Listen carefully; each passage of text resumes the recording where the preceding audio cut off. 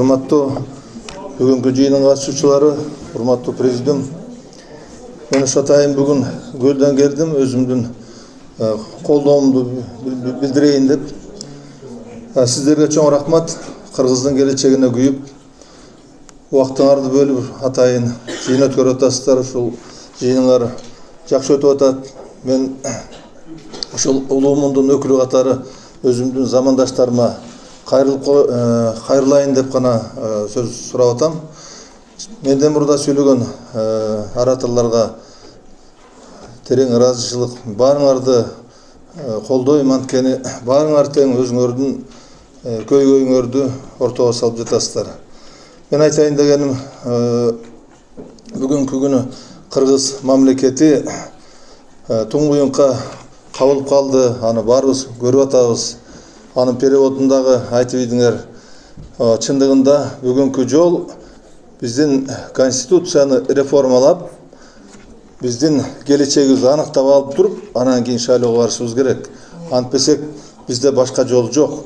Мен 2013 жылы СДПКнын мүчөсү эмесмин, бирок мени биринчи пятеркага киргизип, мени сурашып, мен келгемин. Бирок мен 2-3 күн өткөндөн кийин мен кайра көрүп туруп, ошонун составын көрүп туруп, мен кайра артка кетип калгам. Ошо съезд болуп аткан күнү мен артка кетип калгам. Анткени мен оюм аныкталды. Атамаевдин командасы, өзү алып келген парламент, өзү алып келип алып туруп, анан кайра өзү чимкириктеп ат койду. Ушунун баары тең ушул биздин бийликке келген адамдардын оюнун түз эмес экендигинин жыйынтыгы болуп атат.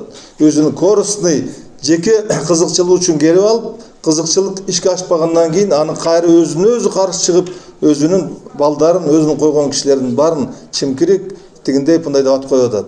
Ошондуктан ушул жерде келгендердин баары тең мына мен ошо 72 кете турган адаммын. Маган бийликтин дагы, байлыктын дагы маган эч кызыкчылыгы жок. Эчтеке жака алып кете албаймын. Ошондуктан өзүмдүн замандаштарыма кайрыла элем, айланайын туугандар.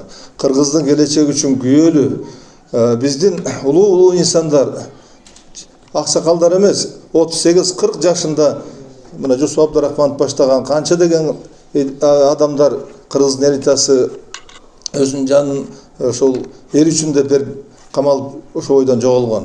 Мына биз эми Кудайга шүгүр көргөнүн көрдүк. Бийликте да болдук, тиягында дагы, биягында да болдук, көрдүк баарын тең. Мен мына Каныбек Осмонович менен, Иманкулов менен, Мукар Чулкунбаевич менен, Мукар Шалдакович менен чогуу иштеп, көп саясаттарды өткөнбүз.